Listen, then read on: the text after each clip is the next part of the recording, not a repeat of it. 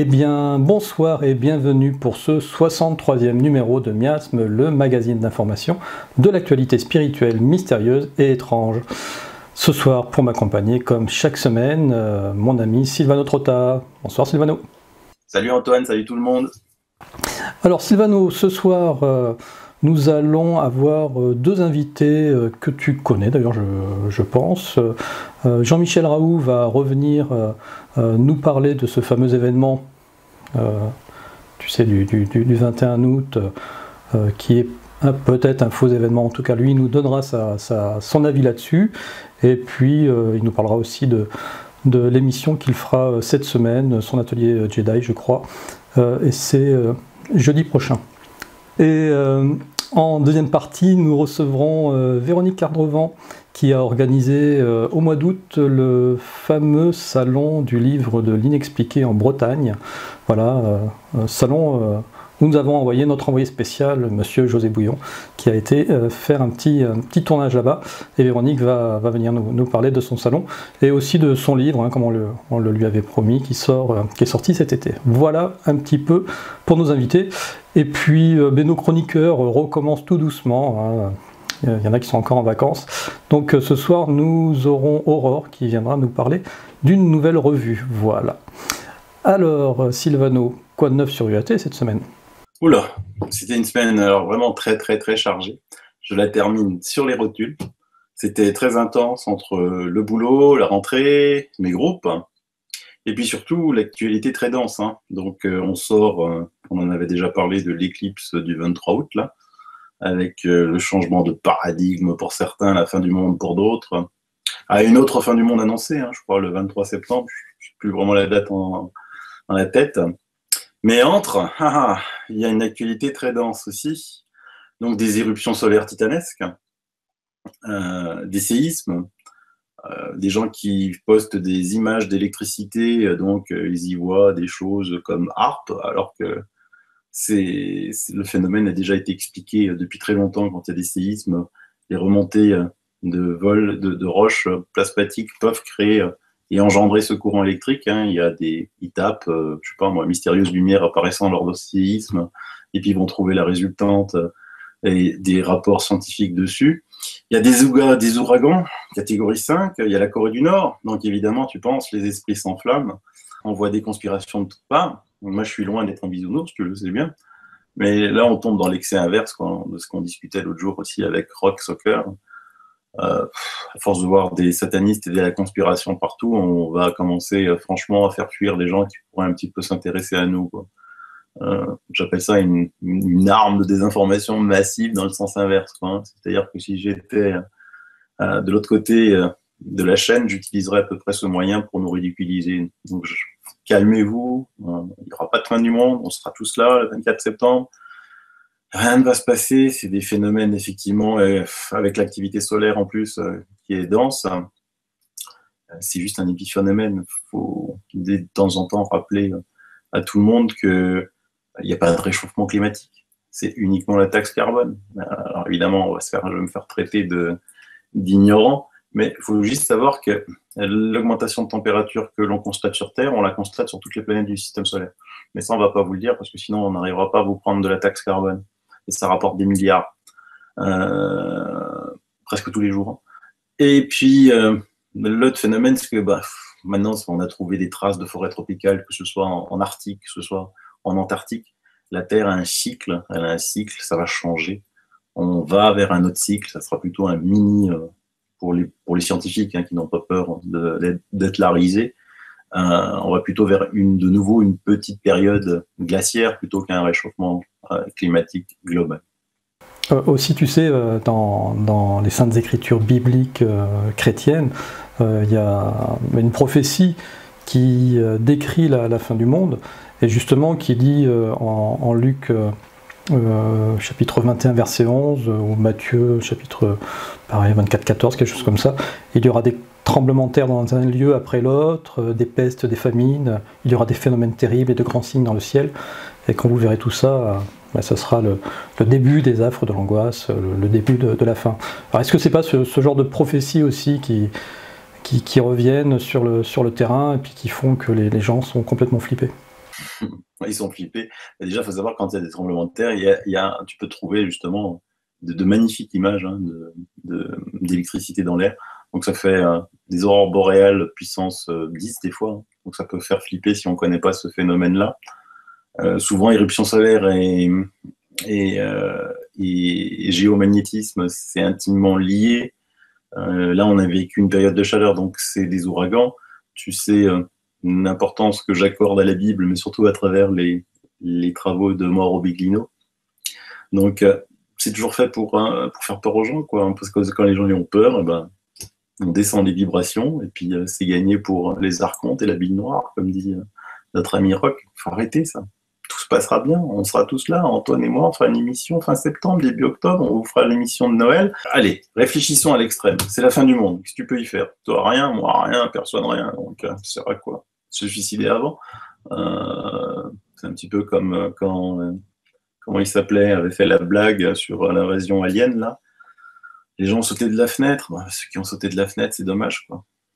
Orson Welles. Orson Welles. Donc restez positif, la puissance de l'intention positive est énorme. Je vais bientôt publier là-dessus sur justement cette puissance d'intention positive. Vous ne pouvez pas imaginer la puissance que ça représente. Mais j'ai fait par contre, il n'y a pas qu'une semaine pourrie, quoi, hein. J'ai fait des sublimes rencontres. J'ai rencontré des gens merveilleux cette semaine qui m'ont appris des tas de choses. J'ai une merveilleuse nouvelle pour 2018 dont je vous parlerai bientôt. Là, celle-là, elle me tient chaud au cœur. Et puis, ce qui me tient aussi chaud au cœur, c'est que j'ai reçu de nombreux témoignages de soutien dans ce que je fais. Et puis, bon, ça m'a beaucoup surpris, mais ça m'a fait vraiment chaud au cœur. Et puis, cumulé à ça, mon Antoine, j'avais choisi cette semaine de rentrée pour commencer à faire des publications fruits de mes recherches estivales. Waouh! Et ça a donné un feu d'artifice complet. Et avec à la clé très peu d'heures de sommeil sur la semaine. Et quand est-ce que tu partageras avec nous donc le fruit de tes recherches estivales? Ah ben on y va! Allez, go! J'ai commencé. Donc, un jour, je me suis dit, tiens, qu'est-ce que, à partir des recherches de Mauro Biglino, qui nous a, lui, traduit convenablement la Bible pour nous expliquer que le Dieu de la Bible vient des étoiles, et que donc des Elohim étaient des extraterrestres. Partant de ces recherches et de celles de Pietro Buffa, comme quoi il y a eu une translocation génétique à partir de l'Homo habilis, je me suis demandé comment transformer un peuple, qui à l'époque était donc un peuple de chasseurs et d'éleveurs, de chasseurs en éleveurs. Parce que ça ne se fait pas simplement, ça. Et donc, j'ai lu et j'ai trouvé qu'il y avait des chercheurs qui s'étaient intéressés aux 4 plantes les plus cultivées dans le monde. Le blé, le riz, le maïs et la patate. Et l'ancêtre du blé, des blés durs, est quelque chose qui s'appelle l'amidonier. C'est une plante avec 14 chromosomes. Et quels que soient ces croisements, jamais, au grand jamais, elle n'aurait pu donner notre blé tendre de nos jours à 42 chromosomes. Comment nos aïeux du néolithique s'y ont-ils pris pour faire passer du blé de 14 à 42 chromosomes, ce que nous, en 2017, les plus grands généticiens du monde, ne savent même pas faire en laboratoire.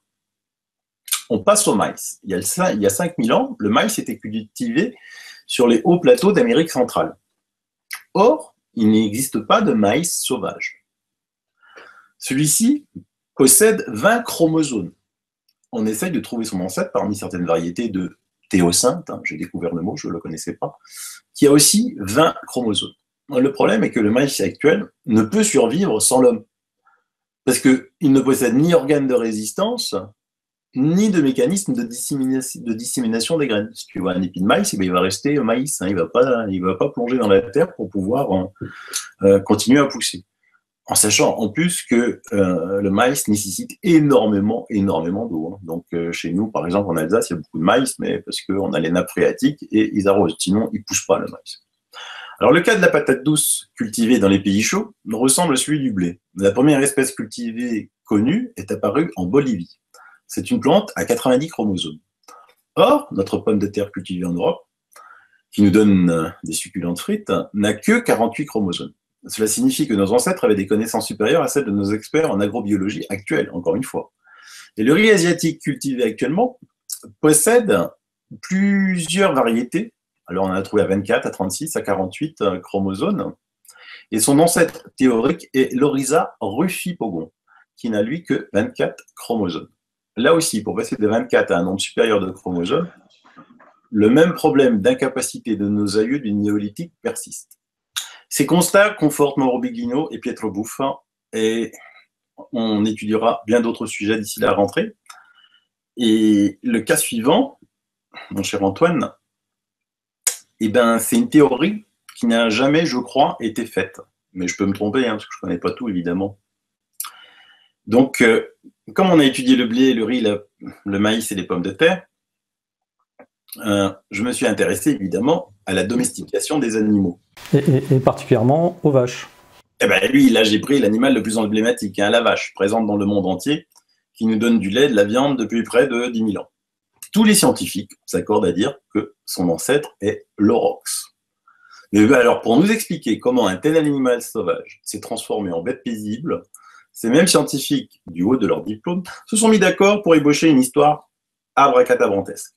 La vache paisible provient d'une population originelle constituée de 80 têtes, et sa domestication s'est effectuée en un lieu unique. Cette particularité s'expliquerait par les difficultés rencontrées par les populations locales pour garder et gérer des aurochs en captivité.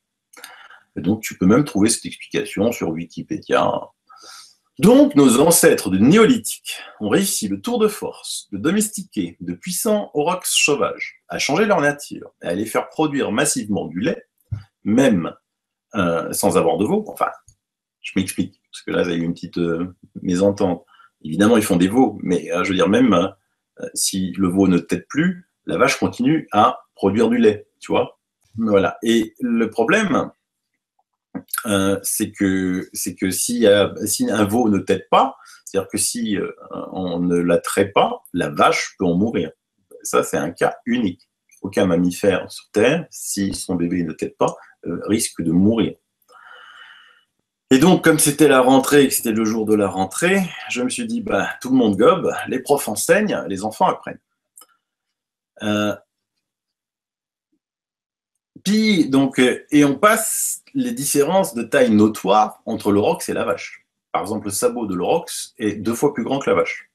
On ne peut expliquer ces modifications que par la sélection naturelle ou les croisements, car cela concerne de profonds changements. Et là non plus, je ne vois pas les hommes du néolithique réussir à faire ce que nous n'arrivons pas à faire de nos jours.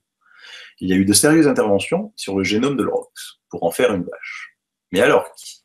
Et là, je me suis dit, y aurait-il un lien entre les nombreuses abductions de vaches qui ont lieu dans le monde entier, les carcasses d'animaux retrouvés morts dans les champs, certains perchés au sommet des arbres, et tous avec une particularité, ils sont vidés de leur sang, sans que l'on en retrouve trace, et de leur moelle épinière. Ensuite, il manque un organe ou deux. Chaque fois, il y a d'autres organes qui manquent, mais c'est jamais les mêmes.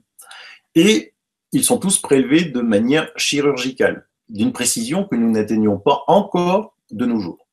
Et là aussi, on trouvera de nombreux dossiers sur le net sur les cas des abductions, en sachant que tous les paysans, surtout aux États-Unis, ne déclarent pas ces mutilations animales, n'appellent pas la police. Pourquoi? Parce que tout simplement pour une raison bête, c'est-à-dire que si une vache est tuée dans un champ par une bête sauvage ou si elle meurt d'une maladie, l'assurance va rembourser le paysan. Par contre, dans des cas comme ça, il n'y a pas la cause, parce qu'on ne peut pas dire que c'est une bête sauvage, et donc, bêtement, le paysan n'est pas remboursé, tu vois. Donc, il en a marre de perdre des animaux et de ne pas recevoir la prime de compensation en retour, donc on connaît à peine 10% des cas. Il y en a beaucoup, et c'est dans le monde entier, tu vois. Et donc, je me suis toujours demandé pourquoi abducter des vaches, les mutiler, les vider de leur sang. Se pourrait-il que si l'hypothèse probable que la vache est issue d'une manipulation génétique, ceux qui l'ont réalisée viennent régulièrement contrôler les différents cheptels dans le monde, en quelque sorte, ils prennent soin de leur ferme. Ou alors, c'est encore quelque chose de plus énorme, mais il y a un lien, et il faut que je creuse ce lien. D'accord. Alors, sauf que comme on sait que le lait de la vache n'est pas adapté à l'humain, il est juste adapté au veau, si on pousse plus loin le raisonnement, quelle est la véritable intention de ces fameux scientifiques exogènes qui auraient permis d'avoir des vaches à lait? Alors toi, Antoine, tu sais que le lait de vache n'est pas adapté à l'humain. Mais excuse-moi, tu rentres dans n'importe quel hypermarché, les gens vont te regarder bizarre si tu dis ça, parce que les rayons sont pleins. Hein. Ils sont pleins de lait, de laitage, de yaourt, de fromage au lait de vache. Hein. Et tout le monde en consomme allègrement, même si ça donne, effectivement, comme tu as raison, beaucoup de maladies et beaucoup d'allergies, puisqu'effectivement, le lait de vache est fait pour les veaux, c'est-à-dire pour une croissance ultra rapide et pas du tout de la même façon que pour l'être humain.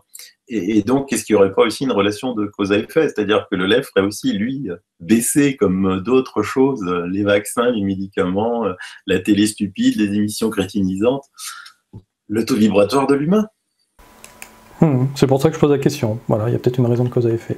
Bon, en tout cas, c'est quand même intéressant ce que tu dis, et c'est vrai que c'est pas forcément des études qu'on a eu l'occasion de lire. Moi, je crois que c'est la première fois que je voyais le sujet abordé.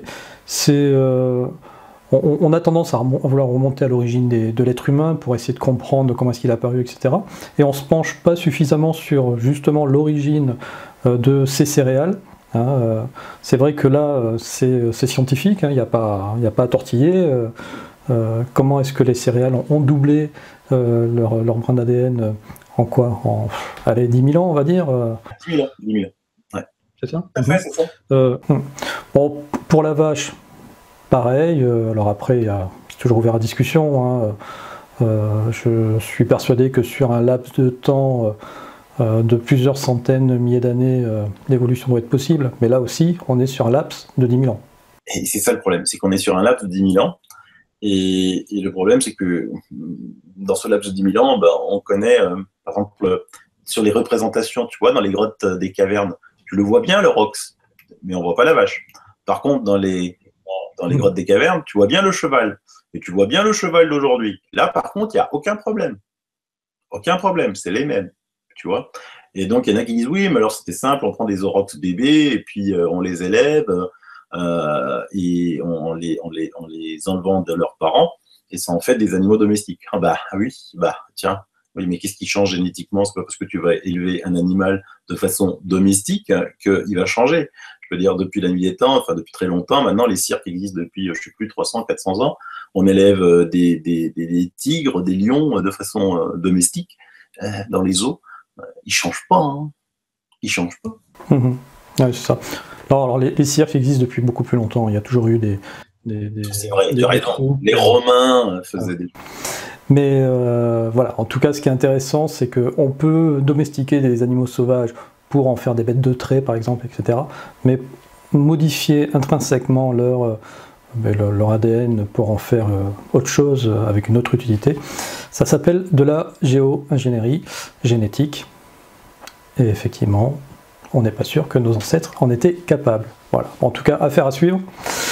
Et voilà, ça nous permet d'attaquer cette émission sur de très bonnes informations et de pouvoir accueillir notre première invitée qui est Véronique Cardrevant. Bonsoir Véronique. Bonsoir Antoine, ça va? Écoute, ça va très très bien. Donc Véronique, on t'avait reçu pendant les vacances, je crois que Sylvano venait de partir en vacances, donc c'est peut-être pour ça que vous êtes pas croisés. Et on t'avait invité pour nous présenter le premier salon que tu organisais, le salon du livre de l'inexpliqué en Bretagne. Oui, ça s'est super bien passé, ouais. C'est bien. Je ne sais pas si tu as eu des échos.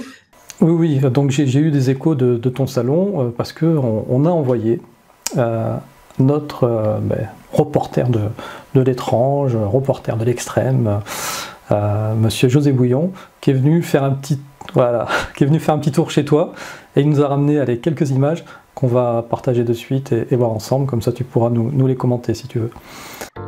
Là c'est le gîte, où avait lieu le salon. On est dans quelle ville déjà? Paimpol, c'est ça? À Paimpont, au cœur de Brocéliande. D'accord. Donc 30 km de Rennes à peu près, dans la forêt de Brocéliande. Voilà. Ouais, c'est Christophe, hein, Christophe Darras, qui est auteur. Donc tu avais invité une douzaine d'auteurs. Une douzaine d'auteurs, ouais, et 6 conférenciers. Voilà, donc ça c'est Christophe avec son livre Solaria. Voilà, ça c'est Yannick Loiguin, qui est donc du Pays Bigoudin, qui fait des polars. Voilà. Sur le mythe du loup, il y a pas mal de choses sur l'encou. Alors là, qu'est-ce que c'est? Donc là, on a Michel Lessay. Michel, ouais, est-ce qu'il était en contre... Ouais, il est en contre-jour. Ouais, c'est Michel, ouais. Ouais, avec Michel qui nous a fait une super conférence sur la mythologie nordique. C'est sympa. Et là, Edmond Giroud, qui a fait la conférence avec moi d'ailleurs sur les empreintes égyptiennes, donc en Australie et en France. Lui, il a fait la partie Qatar. D'accord.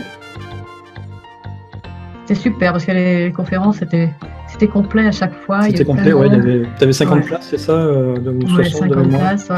On a dû même rajouter des chaises pour la conférence de Jean-Claude Bourré. Non, il y avait vraiment du monde pour tout le monde, quoi. Là, c'est Howard Cower. Ouais. Ils nous ont fait une super conférence aussi sur les mégalithes à Karnak, dans le monde. Voilà, Bleuette. Une super ambiance, une super énergie. Je veux dire, on s'est tous retrouvés. On se connaissait pas, quoi. C'est ça qui était incroyable. Et on s'est tous retrouvés comme si on se connaissait de vie antérieure ou de je ne sais où. Enfin, c'était vraiment une superbe rencontre.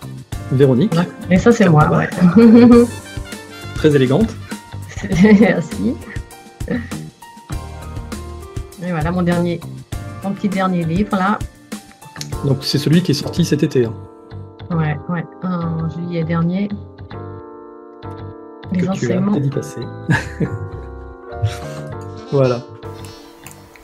Donc du coup, comment ça s'est passé ce festival? Est-ce que tu as eu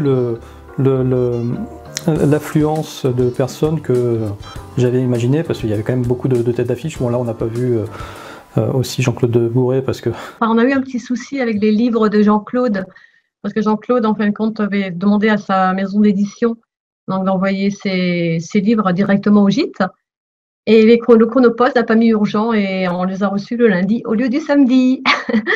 Donc Jean-Claude n'a pu faire la conférence, mais il n'a pas pu... D'accord, c'est pour ça qu'il est reparti après. Il est reparti dimanche vers midi, ouais. Voilà, et maintenant il y avait du monde pour tout le monde, hein, vraiment. Bleuette était ravie. Jean Raymond aussi a montré des petits extraits de son nouveau film, donc avec Bleuette.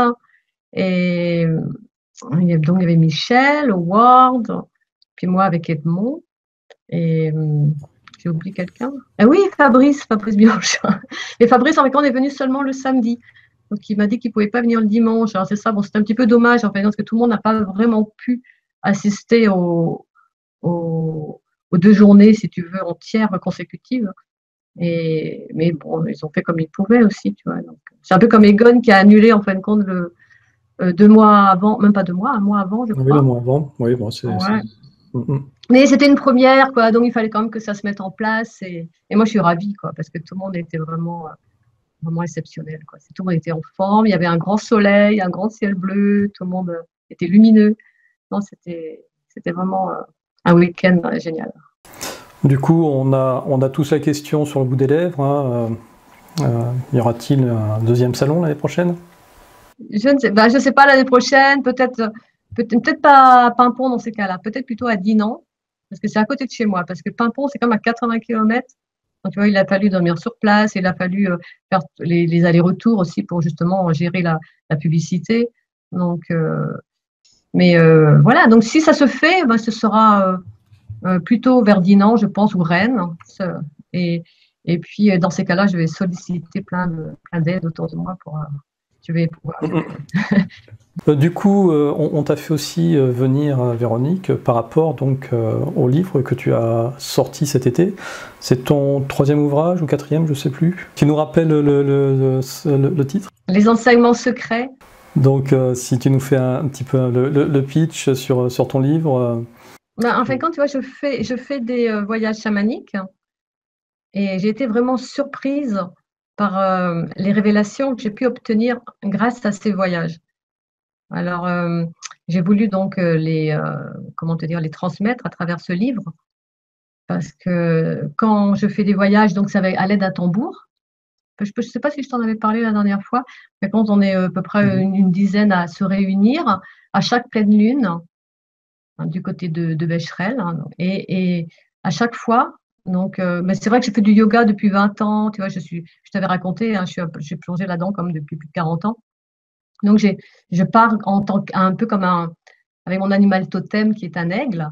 Donc, je m'envole et chaque fois, j'ai la surprise de survoler un nouveau continent. Et chaque fois, j'ai des révélations donc, sur les civilisations disparues. Et donc, grâce à toutes ces images, à ces messages que je reçois, et ben le lendemain, si tu veux, je vais chercher sur Internet ou dans des bouquins et j'obtiens en effet la preuve de ce que j'ai vu, quoi. Et j'ai même découvert, tu vois, des traces de fondation des pyramides en Australie qui n'existaient même pas dans aucun bouquin. Donc, j'ai voulu, en fin de compte, eh ben, retranscrire et surtout transmettre ces messages qui étaient super importants pour les… Et est-ce que tu as pu les recouper après avec des informations de terrain? Tu vois là par exemple, tu nous évoques le fait qu'il y avait des anciennes pyramides en Australie. Ça c'est je pense, hein, tu vois, c'est pas, personne n'est allé vérifier. Hein. Voilà, est-ce qu'il y a des personnes qui ont été vérifiées? Est-ce que ou sur d'autres événements, est-ce que ce sont des choses que tu as pu toi-même recouper sur le terrain ou faire recouper par des personnes qui seraient… Non, figure-toi, en fin de compte, qu'il se trouve sur un terrain militaire, le grand terrain militaire de Oumera. Donc, justement, j'ai fait un diaporama, j'ai fait justement une conférence à ce sujet. Et si tu veux, moi, quand j'ai fait mon petit voyage, mon aigle, ce qui s'est passé, c'est que je me suis retrouvée dans un désert et sur le côté, il y avait une route goudronnée. Voilà, bon. Et le lendemain, je me suis dit, tiens, et puis on m'a dit, tu es en Australie. Et grâce à ce message, je me suis dit, il y a sûrement quelque chose à découvrir en Australie. Et le lendemain, j'ai trouvé un livre que j'avais acheté il y a peut-être 20 ans qui parlait de hiéroglyphes à Panarameti, c'est du côté d'Adélaïde. Et ces hiéroglyphes donc, dataient de, je ne sais plus, 45 000 ans à peu près. Alors je me suis dit qu'il y avait sûrement quelque chose à chercher, si tu veux, avec Google Earth, donc dans le désert.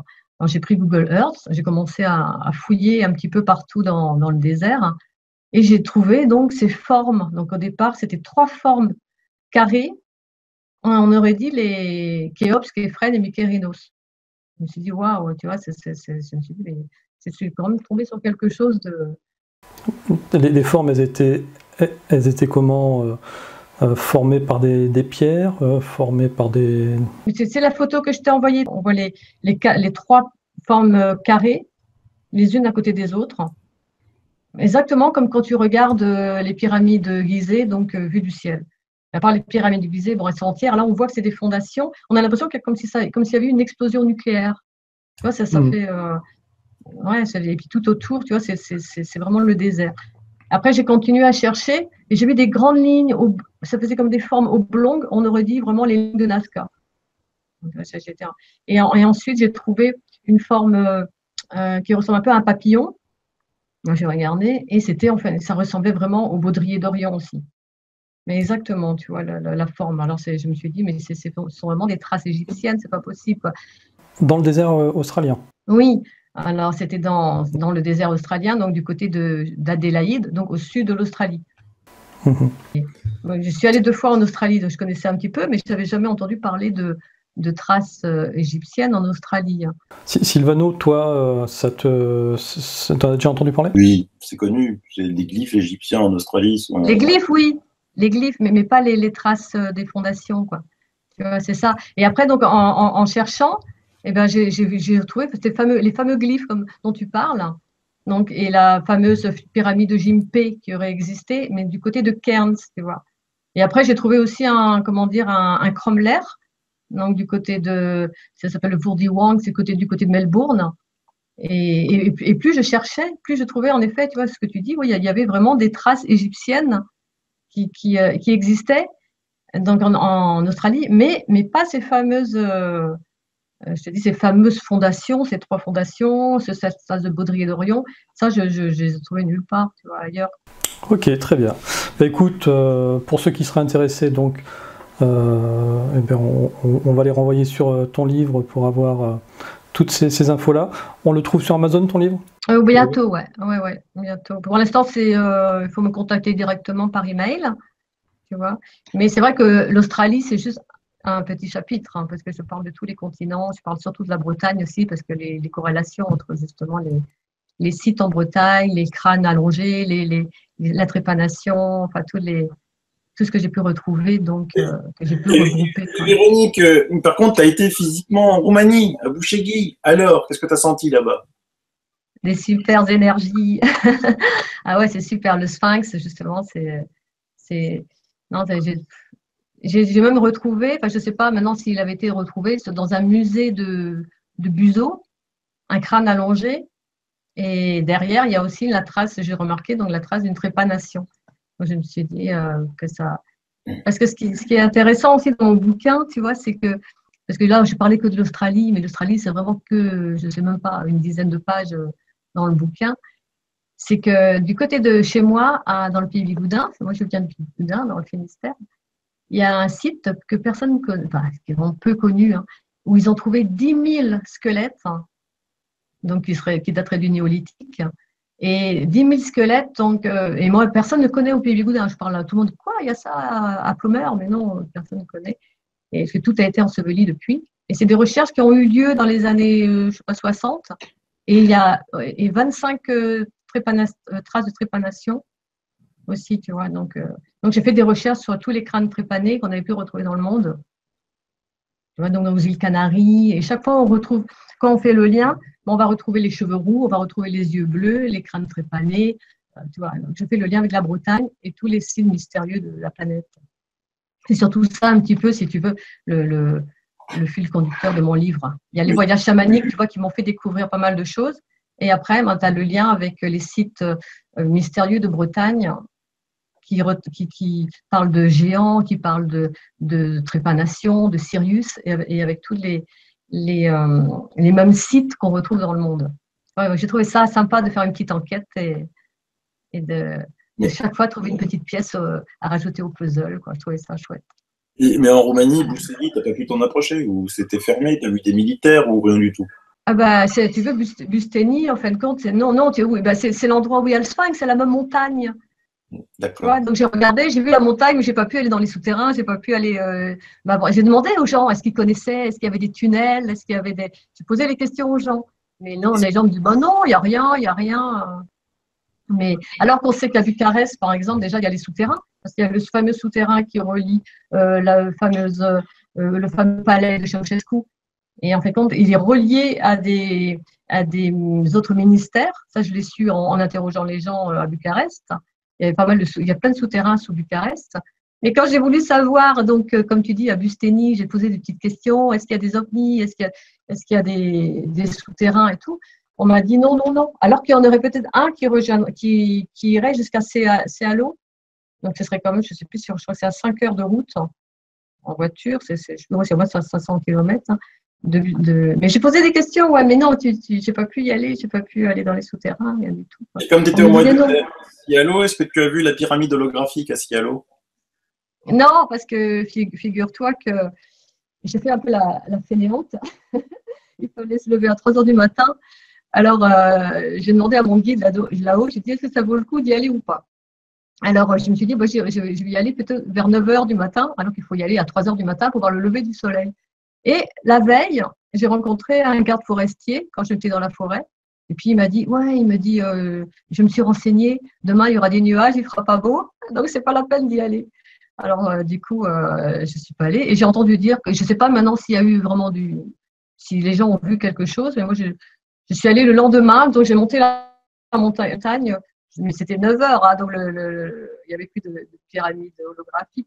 Mais j'étais quand même là, c'était le 6 août, hein, j'y étais, mais non, j'ai suivi, si tu veux, mon intuition qui m'a dit non, tu verras rien, et c'est vrai, il n'y avait que des nuages, donc je n'ai pas regretté du coup. Parce qu'en plus, c'est un monde comme ça. Moi, j'ai monté 2 heures au lieu de 3 parce que je me suis arrêtée au milieu. C'est vraiment, faut être quand même bien sportif, quoi. Donc, Mais sinon, j'ai été aussi dans la forêt hantée. Je ne sais pas si tu as entendu parler de la forêt hantée de Oasis View.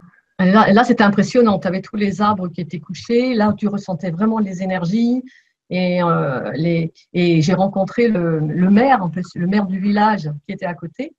Et j'étais avec quelqu'un qui est un Roumain qui parlait, qui pouvait traduire, si tu veux, d'anglais en roumain. Et il disait en effet qu'il y a eu beaucoup d'ovnis, donc d'apparitions d'ovnis. Et il y a même, soi-disant, une petite fille qui serait montée, elle était avec sa grand-mère dans la forêt, et elle serait montée en lévitation. Tu vois, d'après ce que j'ai entendu sur place, on voit bien qu'il y a quelque chose dans cette forêt. Puis je pense qu'il y a vraiment une base ovni secrète dedans. Ça, je suis pratiquement sûre. Quoi. Et c'est pour ça qu'on te dit que c'est hanté, comme ça au moins ils sont sûrs, il n'y a personne qui s'approche. Ouais. Non, la Roumanie, j'ai adoré. Hein. C'est un musée à part entière. Quoi. Chaque fois que tu fais une ville, chaque fois que tu fais, tu entres dans un musée, tu découvres quelque chose. Quoi. Mais parfois, c'est interdit. Quoi. Par exemple, je suis rentrée dans un musée, il y avait vraiment des pépites, hein, un musée de la partie néolithique de Sibiu.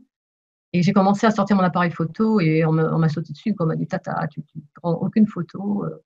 Et j'ai vu, pourtant, il y avait des petites miniatures, on aurait dit des petits faucons comme égyptiens. Il y avait des petites têtes, comment te dire, des petits bustes, en fait, compte, qui avaient été sculptés et qui dataient peut-être du paléolithique. Il y avait vraiment des pièces sympas, quoi, mais j'ai pas eu le droit de les prendre en photo. Et après, il y avait quand même, la seule chose qu'ils m'ont autorisé à faire, c'était quand même je ne sais pas si tu as entendu parler, c'est le fameux Kromler, Stone Age, on va dire roumain, qui a un nom compliqué, là, le Starmijejutsu, je ne sais plus comment il s'appelle. Et il était il y avait une grande photo dans le musée, vue du ciel, à l'époque où on l'a découvert. Parce que depuis, les piliers ont été remplacés avec du bois. Et donc, j'ai eu le droit quand même. J'ai dit, s'il vous plaît, je veux vraiment prendre au moins une photo. Et puis la gardienne, hyper stricte et tout. OK, one. Donc, j'ai réussi à avoir ça en photo. Quoi, mais il y a plein de musées sympas. Il y a même une momie dans un musée de Sibiu, une momie égyptienne qui est dans un vieux musée, un peu style colonial. Avec c'est pareil, je suis arrivée quand c'était fermé. Et j'ai dit, s'il vous plaît, ouvrez-moi la partie égyptienne. Et puis, alors, le gardien me dit, non, le musée vient de fermer. Alors, je dis, s'il vous plaît. Et alors, il dit, bon, je vais chercher le directeur. Alors là, le directeur du musée qui arrive, il fait, OK, je vais vous montrer là, juste la partie égyptienne. Alors, il est venu avec sa grosse clé, il a ouvert la grande porte en bois. Il n'y avait que nous, en fin de compte, mes filles et moi, quand même. Donc, c'était sympa comme moment, quoi. Voilà, pour dire que la Roumanie, j'ai adoré. Ok. En tout cas, Véronique, on te remercie pour ce témoignage. On a été content d'avoir ton retour sur le fameux salon que tu as organisé. On espère que l'année prochaine, il y aura une saison 2. Et puis, tu reviens quand tu veux. Dès que tu ressors un nouvel ouvrage, t'hésites pas. Tu passes sur l'antenne. Merci de m'avoir invité, Antoine. Voilà. Écoute, c'est avec plaisir. Et puis, on te dit à très très bientôt. Bientôt. Bon, voilà, c'était donc Véronique. Sylvano, je sais que tu dois nous laisser. De toute manière, tu nous laisses en charmante compagnie parce qu'il y a Aurore qui vient d'arriver, en tout cas qui est arrivée il y a déjà 10 minutes. Bonjour Aurore. Bonjour, bonsoir tout le monde. Bonjour tout le monde. Je te laisse en d'autres très bonnes mains, Antoine. C'est ça. Et puis on te dit à la semaine prochaine alors. Bye bye, ciao, bonne émission. Au revoir Sylvano. Allez, salut. Aurore, eh bien avant de commencer, moi ce que je te propose, c'est qu'on regarde l'enregistrement que j'ai fait avec Jean-Michel Raoult, voilà, qui est venu nous parler de l'émission qu'il va faire cette semaine sur sa chaîne LGC5, et il est revenu aussi sur les fameux événements que citait d'ailleurs Sylvano en début d'émission, sur l'événement l'éclipse du 21 août. Est-ce que c'était un événement, un non-événement, on verra. Et puis vous avez aussi retrouvé des échos dans ce qu'il va dire par rapport à ce que vient d'évoquer Véronique sur des bases extraterrestres en Bretagne. Voilà. On va découvrir ça ensemble. Jean-Michel Raoult. Eh bien, bonjour Jean-Michel, comment vas-tu ? Bonjour Antoine, ça va très bien. Voilà, donc de retour un petit peu pour donner des informations, des nouvelles découvertes extraordinaires qui sont en train d'arriver. Et je me dis souvent comment je peux annoncer ça au public sans passer pour un farfelu ou une illuminé, malgré qu'on ait des représentations cartographiques, qu'on est même, on connaissait, j'ai pas vous parler de la guématrie, c'est-à-dire cette technique qui permet de travailler avec des phrases, avec des mathématiques. Donc voilà tout l'arsenal, c'est, tu veux, rationnel, du petit professeur rationnel. Et en réalité, même avec ça, je me demande toujours comment je vais faire pour pouvoir présenter ça, parce que c'est du sérieux, mais ça dépasse tellement l'imagination et ça va à une vitesse folle actuellement. Ça se déploie à une vitesse incroyable que pratiquement on n'arrive pas à suivre. Alors donc, tu m'as invité à faire toutes les présentations, quoi. Voilà. Ouais, c'est vrai que c'est pas facile parce que bon, tu sais que sur cette chaîne, on tombe pas, on veut pas tomber dans le New Age. Donc bon, on a déjà eu beaucoup de discussions ensemble et puis même en public, on va dire, hein, sur ta position à toi, qui nous paraît tout à fait claire et tout à fait sincère, et avec des démarches scientifiques. C'est d'ailleurs pour ça qu'on t'invite assez régulièrement, parce que ça permet à ceux qui veulent voir, c'est de suivre l'évolution par rapport à ce que tu nous dis, par rapport à tes nouvelles découvertes, par rapport à ce que tu as, on va dire, ce sur quoi tu as enquêté, etc. Voilà. Et comme ça, en te voyant tous les 6 mois, ça nous permet de voir cette évolution. Et c'est ça qui est intéressant, plutôt que d'inviter comme ça les gens une fois et pas savoir après ce qui se passe. Alors, donc pour ceux qui n'auraient pas tout suivi sur tes épisodes, on t'avait reçu, c'était au printemps, et on avait parlé de forcément la fameuse éclipse du 21 août, hein, de ce qui allait se passer du côté de Yellowstone, etc. Donc, visiblement, c'est vrai qu'il n'y a rien eu, en tout cas, de visible, mais tu nous diras pourquoi, hein. Peut-être que c'est parce qu'il y a eu des actions qui ont été faites ou pas. Et comme tu l'as dit, toi tu continues tes découvertes, et le problème de ces découvertes, c'est qu'à un moment donné, ça fait science-fiction, et c'est vrai que c'est difficile à en parler au public. Donc, ce que tu vas faire de toute manière, tu vas en parler comme tu as l'habitude d'en parler. Nous, on va prendre des informations comme on le fait d'habitude, c'est toujours au conditionnel, en mettant des probabilités de potentialité, on va dire.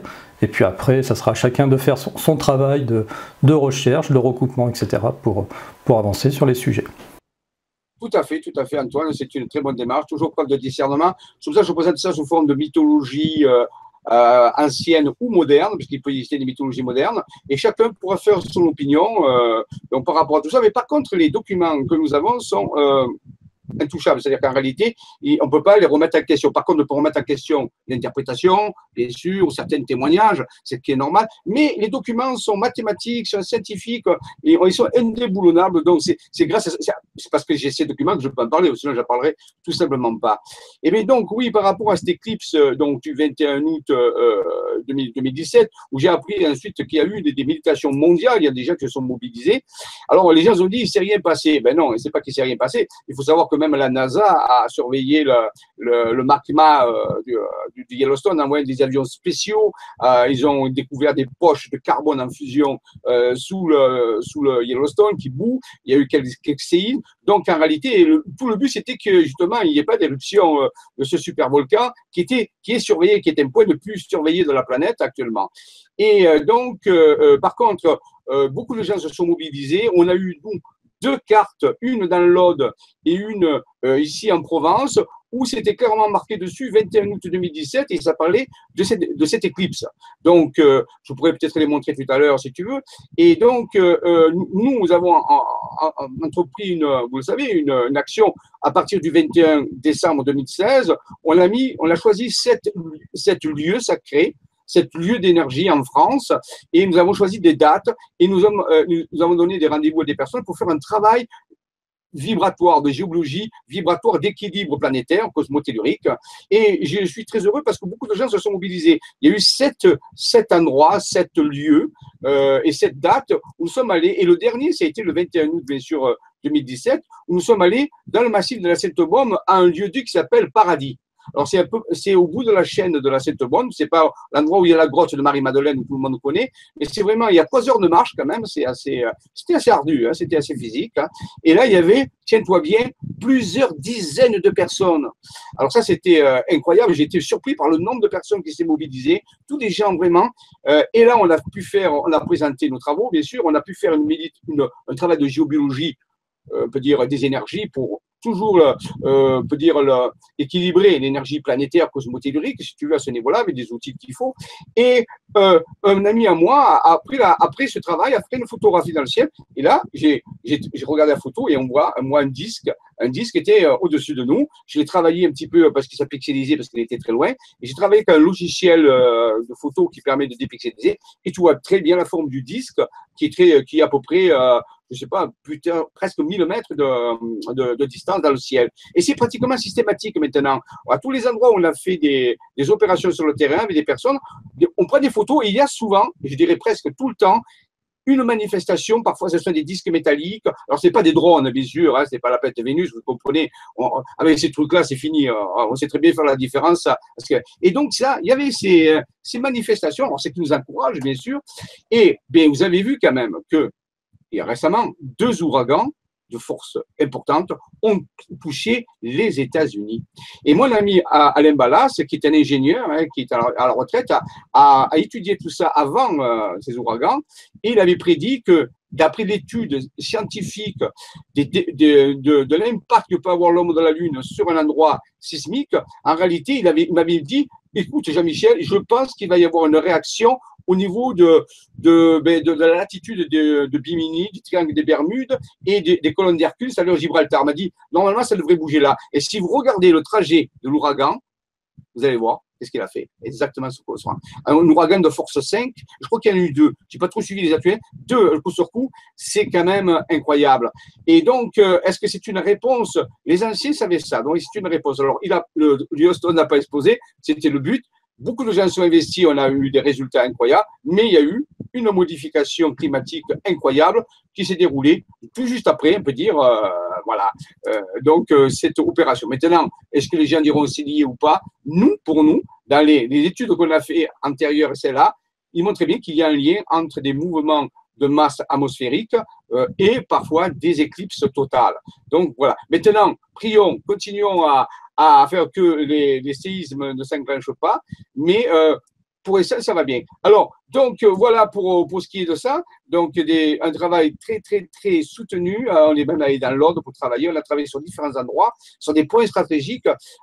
Je pourrais faire une conférence de plusieurs heures pour vous montrer tous les éléments qui ont été produits par rapport à cette éclipse, avec des cartes, avec des guématries. C'est incroyable. Donc, je ne vais pas le faire ici, mais c'est du travail sérieux. Donc, nous sommes heureux. C'est pour la première fois, sur une longue période qui a duré à peu près plus de 6 mois. Des gens se sont investis, on a préparé ça, on est allé sur les sites, on s'est déplacé et on a eu un résultat pour nous positif. On était averti à l'avance, on l'a tout fait. Donc pour nous, c'est une grande avancée dans la protection ou le développement durable de nos civilisations, malgré qu'actuellement, il faut savoir bien qu'on malmène la planète, on continue à la malmener. Et je sais bien que tu crois que tu sais que depuis le mois d'août, depuis le 3 août, on vit à crédit sur la planète, c'est-à-dire qu'on a déjà épuisé la ressource planétaire annuelle de la planète. Donc, et ça ne peut pas durer, bien sûr. Hein. Chaque année, ça se déplace un peu plus. Et bien sûr, vivre à crédit, on sait très bien comment ça finit. Hein. Quand quelqu'un vit à crédit, il est interdit le compte bancaire à un moment donné. Et donc, l'humanité, si elle ne se reprend pas, bien sûr, là, c'est simplement notre façon de vivre. Hein. C'est simplement que ça, notre façon de vivre épuise la planète à un rythme incroyable et bien sûr, ça cause des dégâts importants. Donc, tout ceci, il faut en tenir compte. Ce n'est pas de fiction, par contre, ça c'est du réel. Ça, c'est des choses qu'on peut vérifier et ce n'est pas tous les paramètres qu'il y a. Il y en a d'autres qui se rajoutent. Donc, il faut, de l'autre côté, aller de l'avant, quoi. Alors, pour ceux qui voudraient en savoir un peu plus sur tes conférences, il y a ta chaîne. Oui. Alors, la chaîne, j'ai fait une conférence là, donc c'était au mois d'août, où j'ai expliqué les 2 bases, là, où j'ai montré les cartes justement pour le 21 août aussi. C'était, pour se vérifier, il faut aller, c'est la carte, c'est la base, c'est la conférence qui s'est déroulée le 23 août. Vous l'avez sur le site Le Grand Changement, et là, vous allez chercher les chaînes. Vous savez, vous arrivez dans le Grand Changement où vous avez toutes les chaînes qui sont, et vous avez la LGC5, la chaîne 5, Voilà. Et vous regardez la conférence du 23 août 2017, et là, vous avez 2 heures où je commence à parler des bases et je vous montre les cartes un petit peu qu'on avait. Et là, la prochaine, c'est bientôt, c'est la semaine prochaine, où là, je vais parler la suite des bases. Je vais dévoiler d'autres bases, parce qu'à l'époque, on en avait 2 qui s'étaient révélées, et depuis, ça s'est mis à flamber, et on a plein de bases. On en a une à Paris, il a été dessiné. Il y en a une en Normandie, sur les plages du débarquement. Il y en a une en Bretagne, il y en a une en Guadeloupe. Un ami à nous a trouvé dans le pays de Dogon, au Mali. Il y en a une qui est apparue en Provence, une base mère. On a une en Alsace, une du côté de Besançon.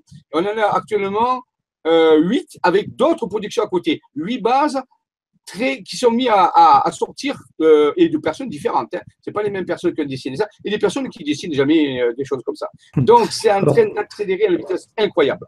Alors, pour ceux qui ne comprendraient pas de quoi tu parles, s'ils te découvrent aujourd'hui, tu fonctionnes avec un système de cartes IGN, hein, c'est ça, sur lesquelles on va retrouver, comme sur n'importe quelle carte IGN, des points qui représentent soit des pics de montagne, soit des lieux particuliers, etc. Et donc vous avez découvert une méthode, c'est qu'en reliant ces points, soit vous trouvez des messages écrits, soit maintenant vous arrivez même à former des formes sacrées, c'est ça, et qui va vous permettre des schémas qui va vous permettre de localiser ce que tu appelles des bases. Alors, ces bases, qu'est-ce que c'est pour toi? C'est tout un poème, hein, les bases. Alors, bien sûr, c'est très avancé. Alors, on va faire la science-fiction, si vous voulez. Là, on part dans Star Wars, Stargate, bien sûr. Pour nous, les chercheurs dans ce groupe, nous avons plein d'éléments qui nous disent que les extraterrestres, excusez-moi de vous dire, ne vont pas arriver. Tout le monde attend que les extraterrestres vont arriver, qu'on va découvrir tout ça. Pour nous, et d'après l'archéo-ufologie, on peut dire, les extraterrestres sont déjà là depuis très longtemps. Et donc, ils ont laissé des traces. Pour cela, il suffit de rechercher dans l'histoire. Et souvent, les gens ils cherchent des preuves des extraterrestres dans le présent, mais je vous disais, vous en avez plus de preuves dans l'histoire ancienne que dans le présent.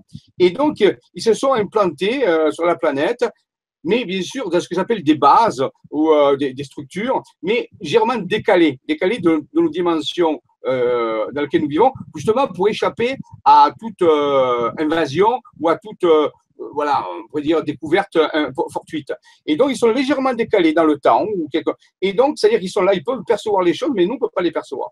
Mais par contre, actuellement, ils sont en train de modifier le réglage pour que les bases vont commencer à apparaître à nos yeux. Ou alors peut-être pour nous, nous sommes en train aussi peut-être de changer aussi de fréquence de résonance, un petit peu des deux, et les bases commencent à apparaître dessinées sur des cartes. Alors, c'est parfois des dessins de différentes façons, avec des pyramides, parfois c'est des dessins avec des étoiles, parfois c'est des dessins carrément tout à fait différents, et les bases apparaissent. Et je dis tout à l'heure qu'on prenait des photos et on voit des engins qui sont là et qui se déplacent. Alors, c'est tout à fait nouveau, hein, c'est vraiment quelque chose de très avancé, puisqu'on en est encore certains à essayer de voir s'il y a des phénomènes dans le ciel, mais nous, on a dépassé ce stade depuis très très longtemps, et on cherche à interagir avec ces gens qui sont bienveillants. Hein. Nous, on travaille toujours avec, je le dis souvent, des extraterrestres bienveillants. Alors, il faut le savoir. Il y en a d'autres qui travaillent avec d'autres extraterrestres, c'est bien aussi. Mais nous, on travaille qu'avec des bienveillants. On les appelle ceux d'Orion, puisqu'ils sont reliés on peut dire de certaine façon, à la région d'Orion dans notre galaxie. Et donc, on travaille avec eux pour qu'ils puissent nous donner des informations qui nous aident dans ce travail de géobiologie, on peut dire d'équilibre planétaire, pour nous soutenir, pour les soutenir et pour nous soutenir, une forme de collaboration, on peut dire. Et on a reçu des informations sur des cartes avec des technologies, des choses qu'on utilise avec la conscience et qui nous aident à effectuer un travail sur le terrain de façon plus efficace. Voilà. Nous, on cherche surtout une collaboration, on peut dire, serrée. Et peut-être, je ne vais pas faire une révélation maintenant, mais peut-être, dans quelques temps, on aura la possibilité d'interagir avec eux de façon physique. Au moins, on s'y prépare et on y travaille sérieusement. On peut dire que les choses vont dans ce sens. Alors, bien sûr, ça sera une grande première, bien sûr, mais on le prépare, on se travaille et d'interagir physiquement avec eux pour pouvoir les rencontrer, mais non pas dans le cadre d'un contacté qui rencontre, non, dans toujours un cadre de travailler ensemble, d'une collaboration pour améliorer le sort de la planète, ou aussi peut-être le sort de l'humanité. Voilà, on en a parlé tout à l'heure, qui se trouve vraiment dans une situation grave au niveau écologique et énergétique. Voilà, en gros, vite dit, ce que sont les bases. Et, alors, elles sont interdimensionnelles. elles ont des noms. Par exemple, on a une base qui s'appelle celle de Bretagne, et c'est marqué sur la carte. Hein, quand on dit non, c'est parce que c'est totalement marqué. Tout ce que je vous dis, c'est marqué. Hein. C'est marqué par des îles, par des villages, et ainsi de suite. Et donc, c'est marqué Armada, Celt, Tréma, YIS. L'Armada Celtis, c'est le nom de la base et c'est relié avec la fameuse ville mythologique d'Is qui s'est engloutie au large de la baie de Douarnenez dans les temps anciens. Et on pense que c'est relié, qu'en réalité, cette cité d'Is qui s'est engloutie dans la légende, en réalité, c'était simplement l'activité d'une base que les gens de l'époque n'ont pas intégrée. Ils ont créé la légende de la ville d'Is. Et pour nous, c'est justement cette base, on peut dire, sous-marine, qui a interagi avec le peuple de l'époque. Il faut savoir que c'était au Moyen-Âge, donc c'était pas facile d'interpréter ça. Et actuellement, elle est en train de vouloir se manifester d'une certaine façon. C'est pour ça qu'on fait un voyage fin septembre, là, dans 15 jours, où on part pendant une semaine, œuvrer sur le site pour interagir avec la base, parce qu'il ne s'agit pas seulement de les avoir sur les cartes, mais aussi il s'agit d'aller travailler vibratoirement. Et la deuxième base, où on a aussi un nom, entre autres, c'est une base carrément éloignée, celle-là. Elle est dans le triangle des Bermudes, on peut dire, enfin, c'est en Guadeloupe, dans le fameux. Hein. Et là, c'est la Guadeloupe. Et la Guadeloupe, c'est incroyable ce qui est à l'intérieur. On a trouvé, plusieurs personnes ont trouvé des structures qu'ils ont mis en évidence. Il y a des vortex, des spirales, il y a des matrices géoquantiques, il y a des pyramides qui apparaissent en 3D. C'est sur les deux îles, Basse-Terre et Haute-Terre. Et en réalité, c'est incroyable. Et toute la base, elle s'appelle Arca, et c'est marqué, hein. C'est marqué sur la ligne. Arca Atlantis. Arca Atlantis. Et donc, est-ce que c'est relié avec l'Atlantide? Je ne le dis pas. Hein. Je ne dis pas que c'est relié à l'Atlantide. Peut-être quelque chose qui est en train d'apparaître. Quelque chose qui est en train d'apparaître dans l'Atlantide. Est-ce que c'est l'Atlantide? Je ne pense pas que ce soit le retour de l'Atlantide, moi. Moi, je pense que c'est quelque chose d'énorme qui est en train d'émerger. Un autre niveau de réalité. Je ne sais pas. Mais on est en train d'étudier ça sérieusement. Bien sûr, je vous maintiens au courant de ces choses-là parce que tout est noté. Alors, vous voyez, ça fait beaucoup de travail. C'est pour ça aussi, avec Emmanuel Poisson, sur le site Le Grand Changement, vous pouvez trouver un voyage qui est organisé. Donc, moi-même, j'y serai présent, ma compagne Emmanuel Poisson.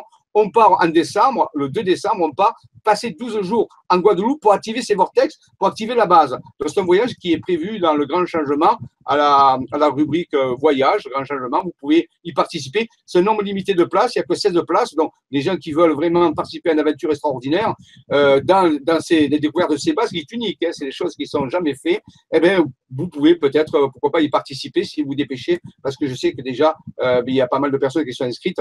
Donc, dans le site Le Grand Changement, rubrique voyage, vous trouverez ce voyage. Oui, on va aussi sur le terrain. On ne se contente pas d'avoir des cartes et on essaie, quand on peut, d'aller sur le lieu pour avoir un contact et pour accompagner cela. Voilà en gros ce qu'on peut faire. La base de Normandie, c'est celle qui est sur Étretat toujours?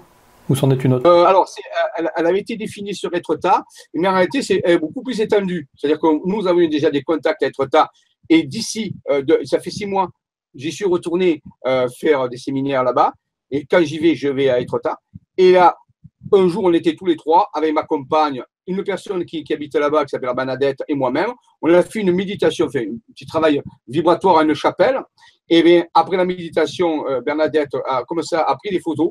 Et dans le ciel, tu vois un magnifique disque. Tous les gens sont sidérés de voir ça au-dessus des gens. Alors, tu vois les gens et tu vois le disque dessus, personne ne le voit. Et là, c'était incroyable. Donc, en réalité, la base est beaucoup plus étendue. Elle va de la plage des débarquements. En réalité, elle est beaucoup plus étendue. Étretat fait partie de la base, mais la base elle-même, elle est beaucoup plus grande. Donc, ça m'était ma surprise. Je croyais qu'elle était plus petite, mais non. Elle est beaucoup plus grande et elle est d'une importance incroyable pour les choses qui sont en train d'arriver. Donc, il y a beaucoup de choses qui risquent d'arriver. Il est possible que les gens soient surpris.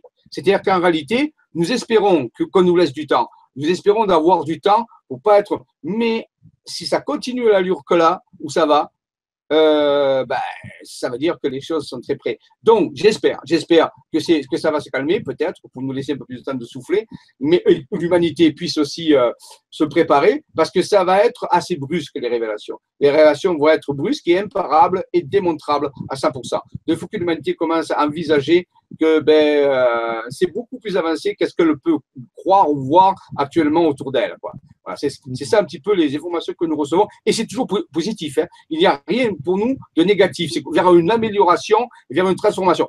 À côté de ça, bien sûr, il y a tous les autres problèmes d'exopolitique que tu connais très bien, puisque voilà. Mais ça, je ne dis pas ça. Mais nous, de l'autre côté, il y a aussi tout le côté hyper positif. Alors voilà, ça et la balance penche du côté de l'autre côté pour l'instant. Donc ça va bien.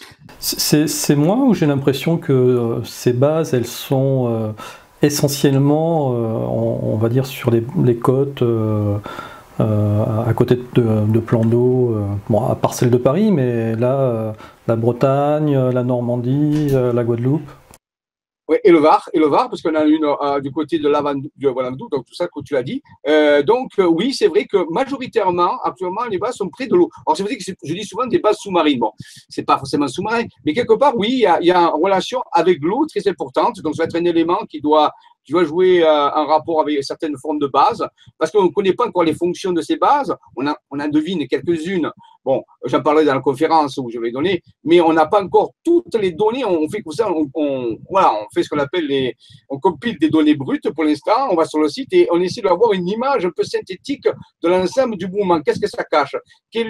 Vers quoi on va aller, voilà. Et donc c'est très très important. Donc oui, tu as raison, l'élément eau semble être un élément important dans ce genre de base, on peut dire. Ok, entendu. Donc du coup, Jean-Michel, ta prochaine émission en direct, elle est le 14, c'est ça? Le 14 septembre, ça s'appelle donc la suite des bases. Donc là, on va parler de. Je ne crois pas qu'on arrive à parler de toutes les bases encore. Il faudra peut-être faire une émission encore pour les couvrir. Il y en a tellement, et ça sort tellement. Je préfère faire les choses sérieusement, donner des informations que donner des listes de bases pour les gens, ça ne va pas dire grand-chose. Donc, on va en traiter un peu plus que la dernière fois, parce qu'une fois, on en a traité 2. Et là, on va traiter plusieurs. Et en réalité, donc, les gens, alors ça se fait à 15h maintenant l'après-midi pour les connexions, parce que c'est meilleur. Tu sais ce que c'est, les connexions le soir, c'est incroyable. Et donc, c'est à 15h, mais vous pouvez le regarder, bien sûr, en différé, sur le grand changement, chaîne 5. Et donc, là, vous verrez ces révélations sérieuses sur ces bases et ce qui est en train d'arriver. Et je pense que je ferai plusieurs émissions là-dessus parce que je crois, pour moi, pour l'instant, c'est le grand événement qui suit l'éclipse du 21 août, qui était, on peut dire, un point de départ de quelque chose, enfin un point de final, on peut dire, et un point de départ d'autre chose. Pour moi, le 21 août, c'est un point de bascule entre un ancien état de préparation et quelque chose qui est en train de se manifester, de se révéler. Ça va prendre un certain temps, bien sûr, mais on veut avoir un matériel sérieux, un vrai matériel avant de le présenter au public. Il faut vraiment que ce soit quelque chose de solide et on commence à avoir des éléments probants. Voilà. D'accord. En tout cas, voilà, pour ceux qui veulent vraiment suivre les émissions de Jean-Michel, donc soit sur le site Le Grand Changement, soit aussi sur le groupe que l'on tient, le groupe des programmes de Web TV, hein, où on annonce régulièrement tes émissions au fur et à mesure qu'elles paraissent, de façon à ce que les gens puissent être en direct hein, quand tu fais tes directs. Bien sûr, s'ils peuvent le faire. Voilà, écoutez, donc, pour dire, préparez-vous. On ne sait pas quand est-ce que ça arrive, mais c'est en train d'arriver. Ça, on a les éléments. C'est pas un truc imaginaire. Maintenant, à la vitesse où ça va aller, je ne sais pas. Mais voilà, si ça continue comme ça risque d'être assez hard. Mais peut-être que ça va se calmer un peu pour laisser à l'humanité le temps de souffler et de digérer ça. Voilà, c'est ce que j'espère le mieux parce que nous, on travaille toujours pour que ce soit le mieux, le plus relax, il n'y a pas besoin de stress, il n'y a pas besoin de ceci, cela. Donc, ce sont des belles choses qui sont en train d'arriver. De l'autre côté, ça bouge aussi avec les ouragans et peut-être avec d'autres choses qui sont en train de se mettre en place. Et on sait qu'on est dans une période de transformation, mais il y a du côté positif. Et ça, c'est important de dire aux gens qu'il y a beaucoup, beaucoup de choses positives qui se passent aussi. Il serait temps d'en parler pour qu'on ait les deux côtés de la balance qui sont là. Nous, on travaille dans ce sens-là. Et j'espère que d'autres personnes vont nous rejoindre, pas nous particulièrement, mais rejoindre les informations positives aussi. Il faut divulguer les choses positives. C'est important pour soutenir le moral de l'humanité. Ok. Alors Jean-Michel, allez, je veux te faire une toute petite surprise, donc comme je veux pas que tu vois, je vais couper la caméra et le micro et je te reprends dans 2 minutes. Pas de problème. Alors Jean-Michel aussi, comme j'adore ton t-shirt, voilà, Je voulais aussi te montrer que, bon, moi je suis pas un Jedi, hein, mais Ah, Star je fais Wars, partie de super. la résistance. Voilà. Chewbacca, c'est Chewbacca. C'est Chewbacca, c'est ça. Ah, bravo, c'est super. Ah, je fais ça pour tu sais, la mission de l'Académie des Jedi. Bien sûr. C'est sympa. Ça s'amuse un peu. Ah ben super, tu as un beau t-shirt. Moi, c'est bien celui-là aussi. Magnifique, magnifique. Merci. Voilà, Belle surprise. Je vais faire un petit clin d'œil. Merci, merci, merci beaucoup. Bon, ben, en tout cas, Jean-Michel, je te remercie d'être passé. On continue à suivre tes émissions et puis on se donne rendez-vous dans quelques mois pour peut-être un petit peu avant ton départ en Guadeloupe, voilà, pour que tu nous dises. Tiens, comment oui, ça c'est évolue. bien, comme ça, on pourrait faire le point. Écoute, je te remercie. Merci encore de nous permettre de diffuser ces informations. Et comme je dirais, que la force soit avec toi et surtout qu'elle y reste. Et surtout qu'elle y reste. Allez, ciao, ciao. Bon, eh bien, Aurore, on va donc finir cette émission ensemble. Et pour la première, ta première chronique de la nouvelle saison de Miasme TV, tu as découvert un nouveau magazine. Alors, je me suis promenée un petit peu, j'étais regardée, et puis mon attention est attirée par une couverture que j'ai trouvée très jolie. Pourquoi? Parce qu'on y voit une jeune femme avec les bras grands ouverts et qui regarde devant elle. Voilà, j'ai l'impression que cette image me donne vraiment. Voilà, on est là pour s'ouvrir au monde, pour s'ouvrir aux autres, pour s'ouvrir, et on est juste là, présent à soi, dans cette ouverture totale. Et ça, c'est magnifique comme image.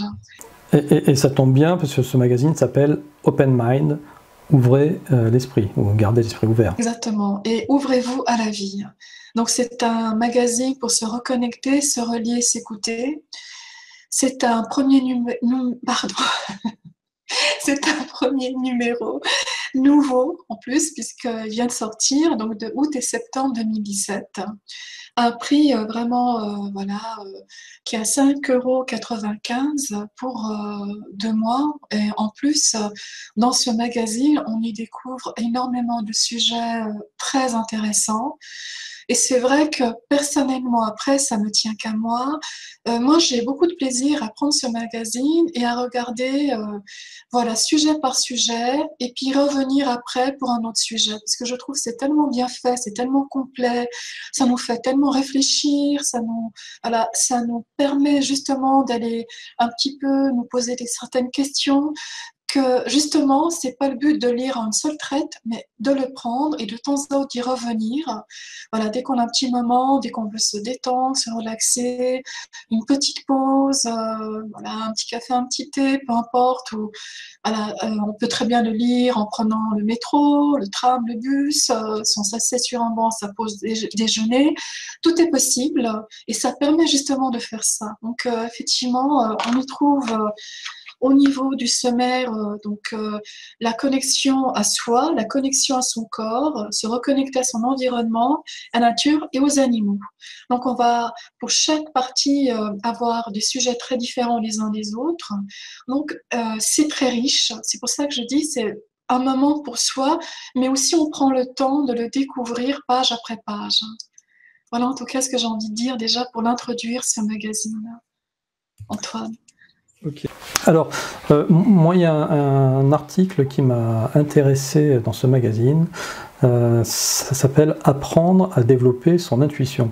C'est vrai qu'on est dans un monde où notre intuition, dès qu'on est un petit peu cartésien, dès qu'on on cherche à tout mentaliser et raisonner, on la met complètement de côté. Mais elle est toujours là, elle a toujours existé, et il suffit d'y prêter attention, de prêter l'oreille pour la découvrir. Complètement, oui. Et effectivement, c'est un sujet qui est très intéressant. Vous avez, donc c'est intuitivement vôtre, ça s'appelle vie intérieure. Et là, on explique qu'est-ce que c'est l'intuition, est-ce qu'elle est fiable, est-ce qu'elle peut nous induire en erreur. Et puis, vous avez la possibilité de dessiner vraiment la première chose qui vous vient à l'esprit lorsque vous allez vous poser une question et laisser vraiment venir à travers votre dessin ce qui va ressortir. Et généralement, c'est dans ce premier jet, dans cet élan où on y va et on lâche complètement le mental, que là, c'est vraiment cette part intuitive qui se trouve en nous, qui elle sait et qui ne se trompe pas. Et à partir de là, on va pouvoir réellement comprendre et pouvoir suivre ce fil conducteur par rapport à une réponse, par rapport à un ressenti, par rapport à des choses très importantes, puisque l'intuition, c'est quelque chose qui fait partie de chacun d'entre nous, qui est là en chacun d'entre nous, même si on n'en a pas toujours conscience. Et cette intuition est vraiment, je dirais, c'est comme si on est en train de parcourir un chemin, on est en train de faire une petite balade avec nos petits sacs à dos, et puis on arrive à la croisée des chemins, puis il y a une petite flèche qui dit continuer, arrêter, stop, aller à droite, aller à gauche. Donc c'est ça aussi qu'il faut prendre conscience, Antoine, que cette intuition est vraiment là pour nous amener à suivre ou aller tout droit, ou simplement nous arrêter un instant et repartir peut-être différemment sur peut-être dévier un petit peu à droite, mais là en allant vraiment dans la bonne direction. Donc c'est bien de pouvoir écouter justement cette intuition, c'est très important. Alors est-ce que ça marche aussi avec les gens? Souvent j'entends tiens, cette personne, quand tu la rencontres pour la première fois, c'est mon premier ressenti qui est toujours le bon. Ça, c'est de l'intuition aussi. Alors effectivement, moi j'ai envie de dire par contre une chose qui est très très importante. C'est vrai qu'on a un ressenti, qu'on a une première impression. Après, à partir de là, j'ai envie de dire, c'est donner la possibilité à cette personne, même si sur le moment on la sent pas trop, ça peut arriver qu'on dise mais cette personne je la sens pas trop, j'ai l'impression qu'il y a un truc qui passe pas, pour parler avec des mots simples. Voilà, le courant passe pas, il y a pas ce feeling qui passe. Mais peut-être se dire à un moment donné, ok, j'ai envie peut-être de pas rester sur cette première impression et lui donner la possibilité de peut-être en la revoyant une deuxième fois, voilà, peut-être là j'aurais peut-être un regard différent. J'ai envie de dire que l'intuition, pour moi, c'est plus quelque chose qui va nous amener à vraiment être à l'écoute de cette part de nous, qui est un peu comme cette petite voix à l'intérieur de notre cœur, qui est là, qui généralement nous accompagne avec beaucoup de bienveillance, avec beaucoup pour nous faire du bien, pour nous vouloir du bien, avec, j'ai envie de dire amour, mais peut-être on va dire que je parle beaucoup d'amour, mais pour moi, c'est vraiment la base de beaucoup de choses. Et cette intuition, elle vient vraiment de quelque chose de beaucoup plus profond en nous. Et on peut travailler cette intuition. C'est un peu quelque chose qui demande aussi de faire ce travail sur soi. En tout cas, par rapport à ce que moi je pense de cette intuition, qui pour moi me guide beaucoup dans ma vie. Et c'est vrai que c'est important de bien l'écouter. De s'y fier, voilà, de ne pas avoir peur, de dire « Oh là là, qu'est-ce que je suis en train de faire ?»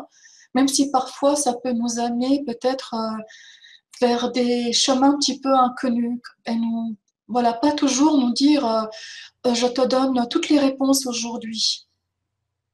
Mais fais-moi confiance parce qu'ensemble on va y arriver. C'est ça aussi un petit peu l'intuition. C'est pas forcément avoir toutes les réponses qui vont nous dire ok, ben là j'y vais tranquille, tout est parfait. Non, c'est vraiment se faire confiance. Alors, il y a un autre article aussi sur le lâcher-prise. Oui, qui est très très intéressant, qui est vraiment très important. On y trouve énormément de choses dedans, dans ce lâcher-prise. Il y a beaucoup d'articles. Ça veut dire qu'il y a plusieurs personnes qui l'ont abordé. Donc, dans ce magazine, il va être abordé par plusieurs personnes. Et c'est vraiment très très bien fait comme sujet. Moi, j'ai beaucoup aimé. Vraiment, c'est une partie très très intéressante. Que j'ai vraiment beaucoup aimé. Et personnellement, on peut faire voilà, des exercices pratiques en coaching. Par exemple, il y a un exercice où c'est marqué quel événement vous pèse, quel est le poids symbolique. Lorsque je pense à cette situation, j'ai envie de faire quoi exactement et comment je l'exprime avec le dessin. Alors là, on peut réellement commencer déjà avec cet exercice-là à lâcher, à se libérer. Après, on tourne les pages et on trouve encore d'autres choses qu'on peut faire. Et à chaque fois, cet exercice supplémentaire. Voilà, on en a 3 comme ça, même jusqu'à 4 même, je dirais, jusqu'à la visualisation libératrice. Donc, on peut vraiment prendre le temps de s'y plonger à chaque fois et d'aller vraiment voir un petit peu ce qui se passe par rapport à soi. Il y a des belles images aussi, il y a des dessins, des petits ateliers manuels. Et puis aussi, il y a le psy qui donne aussi son avis sur la façon de percevoir ce lâcher prise. Parce que pour chaque personne, ça peut être différent. Moi, je trouve c'est voilà, c'est toujours quelque chose d'important aussi de comprendre comment ça fonctionne ce lâcher prise. Donc, il y a plusieurs pages là-dessus, avec aussi un petit autodiagnostic. Est-ce que je suis capable de lâcher prise? Avec, par exemple, est-ce que j'ai souvent peur de perdre le contrôle? Est-ce que j'ai tendance à me juger ou juger les autres? Et ainsi de suite. Et ça permet de voir à travers les réponses oui ou non où on en est par rapport à ce lâcher prise justement. Et c'est vraiment très très intéressant. Aurore, toi maintenant ça va faire un an que tu étudies pour Miasme TV tous ces magazines spirituels et bien-être, on va dire, qui sortent en kiosque à journaux. Pour ce premier numéro de Open Mind, est-ce qu'il t'a appris quelque chose? Est-ce que tu as eu des informations que tu n'avais encore jamais entendues, des informations nouvelles, voilà, qui t'ont vraiment captivé? Alors moi j'ai beaucoup aimé parce que oui effectivement il y a beaucoup de choses très captivantes puisque il y a par exemple un conte qui parle comment reconnaître un prince charmant qui est super intéressant puisque ça aborde un petit peu le sujet du prince charmant différemment, il parle même de l'âme sœur. Pour moi c'est tous des sujets qui sont vraiment très profonds. L'âme sœur, on va aborder vraiment cette vision de l'âme sœur qu'on peut se faire. Et j'ai trouvé ça vraiment très très bien écrit. Les textes sont vraiment magnifiques. Et franchement, c'est un très très bel magazine où on peut vraiment se plonger complètement dedans et faire complètement le vide parce que ouvrir l'esprit, ouvrir le cœur, s'ouvrir à la vie, c'est aussi faire le vide par rapport à tout ce qui est là pour quelque part les préoccupations, les soucis, toujours les mêmes choses qu'on est tout le temps en train de faire tourner comme si c'est un cercle continu qui tourne, qui tourne, qui tourne, comme un disque qui est rayé. Et puis, on a tellement l'esprit occupé par tout ça qu'on n'arrive plus à se libérer. Et c'est quand on peut se libérer complètement, que l'esprit nous lâche un instant, qu'on peut prendre le temps réellement d'apprendre à se connaître, d'apprendre à comprendre réellement où on en est sur notre chemin, de là où on a envie d'aller, de quelle façon on veut y arriver, qu'est-ce qui nous fait vraiment plaisir et qu'est-ce qui nous donne vraiment envie dans la vie. Donc ça, c'est vraiment aussi quelque chose qui est aujourd'hui primordial, je dirais avant tout pour continuer ce chemin de développement personnel, spirituel. Et là, on parle vraiment de tout ça avec tous ces magazines. Hein. Ça, c'est vraiment la base. Hein. Ok. Allez, ma question classique. Hein. Il y a des recettes de cuisine à la fin? Oui. Alors, pas à la fin, mais il y a des recettes avec des salades. Alors, c'est vrai que c'est des salades estivales, parce qu'effectivement, c'est un numéro, comme je disais au début, qui est du mois d'août et septembre. Là, c'est vrai qu'aujourd'hui, c'est plutôt, en tout cas, par certains endroits en France, d'automne, il fait froid, il pleut, mais effectivement ces salades, je pense qu'on peut les faire toute l'année, donc c'est des très belles recettes. Et aussi il y a pas mal de choses pour apprendre à faire des choses pour soi, comme des produits de beauté, des shampoings pour les cheveux, des gommages, donc il y a vraiment de quoi se donner aussi la possibilité de découvrir des choses, d'apprendre des choses pour se faire du bien, parce que bien manger, c'est important, ça fait un bon gommage pour le visage, un bon shampoing, ça fait plaisir. C'est toujours un moment, encore une fois, qu'on s'accorde avec beaucoup de bonheur. Hein. Donc, c'est très important. C'était notre conseil girly du soir. Ok. Bon, en tout cas, voilà, encore une très belle découverte. Donc, ça s'appelle Open Mind. C'est le premier numéro, août-septembre. Le numéro 2 sortira en kiosque au mois d'octobre. Alors, avant de nous quitter, Aurore, je tenais à annoncer pour ceux qui n'auraient pas encore vu tout le programme de Miasme TV sur le site miasme.com que ça y est, tu intègres l'équipe des intervenants réguliers de Tipeee et tu as ton émission à toi avec ton générique et tout. Ça s'appelle La Bulle d'Aurore. Allez, on regarde un extrait.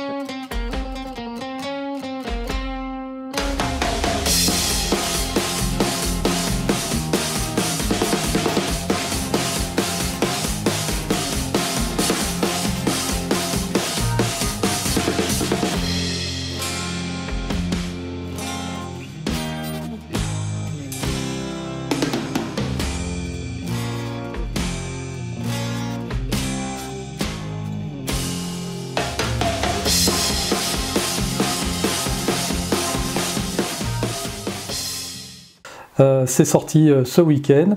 Le premier numéro, le sujet c'est... Alors, comment se sentir bien? Et c'est vrai que c'est tout un programme et je dois dire sincèrement que simplement le fait de parler d'un sujet aussi, voilà, si beau que ça, bah déjà, en le faisant, je me suis sentie tellement bien, c'était juste, voilà, merveilleux. Et Voilà. voilà, c'est un pur bonheur de faire ce genre de sujet. Je trouve que c'est très, très intéressant et à travers aussi mon regard, bien sûr, personnel, puisque encore une fois, c'est vraiment, voilà, moi, à travers mes énergies, mon ressenti, ce qui me fait, voilà, vibrer quand je parle de ça. Et voilà, c'est ce que j'ai aussi de plaisir à faire partager avec vous, puisque c'est, voilà, ça reste ma petite bulle, hein, avec, voilà, ma petite touche personnelle. Voilà, c'est tout à fait ça, c'est vraiment la bulle d'aurore. Je tenais vraiment à préciser ça, qu'on ne commence pas à nous dire ça y est, sur Miasme TV, ils font du New Age, etc. On n'est pas du tout là-dedans, c'est du bien-être, ce sont les ressentis d'Aurore, ses méthodes à elle pour se sentir bien, pour être bien dans la vie au quotidien. Et vous verrez, elle a une façon à elle d'exposer les sujets de la façon dont elle est aujourd'hui, hein, avec beaucoup de calme et de sourire. Et ce qui est intéressant, c'est intuitivement ou pas, elle laisse le temps au spectateur de prendre de grandes respirations. Tu le dis pas d'ailleurs, hein, mais on sent que c'est des moments où il faut qu'on respire, voilà, bien profondément, en attendant que tu passes au sujet suivant. Et c'est très agréable à voir. C'est court, hein, ça dure un petit quart d'heure. Donc voilà, ça s'appelle La Bulle d'Aurore. Elle est sur Tipeee en avant-première pour les tipeurs pendant une semaine. Et puis pour ceux qui ne sont pas tipeurs, mais vous pourrez la retrouver dès vendredi prochain en ligne. Voilà. Eh bien écoute Aurore, on va donc conclure cette émission ensemble. Très très volontiers, avec beaucoup de bonheur. Eh bien, on te dit à très bientôt. Tu repasses dès que tu as un nouveau magazine à nous présenter. Hein, tu sais que tu as toujours ta place dans les chroniques. Voilà. La semaine prochaine, on devrait d'ailleurs recevoir un nouveau chroniqueur qui s'appelle Philippe et qui va nous parler de plantes, voilà, de bien-être avec les plantes. C'est quelqu'un qui est très spécialisé là-dedans. Et il va venir régulièrement nous faire une petite chronique sur soit les plantes du moment, soit des plantes, il y en a vraiment beaucoup, quoi. Il y aura de quoi aborder les sujets de façon différente et variée. Voilà. Eh bien, écoute, je te remercie d'être venu ce soir. Je vous remercie d'être resté jusqu'au bout. Voilà. N'hésitez pas à consulter le site miasme.com et aussi à passer sur Tipeee si vous voulez nous aider. Ça nous permet de continuer à produire de belles émissions pour vous, pour nous, voilà, pour le plaisir de chacun. Aurore, gros bisous. Bisous, bisous, au revoir à tout le monde, à bientôt, bisous. Et puis moi je vous dis à très bientôt sur Miasme TV. Ciao, ciao.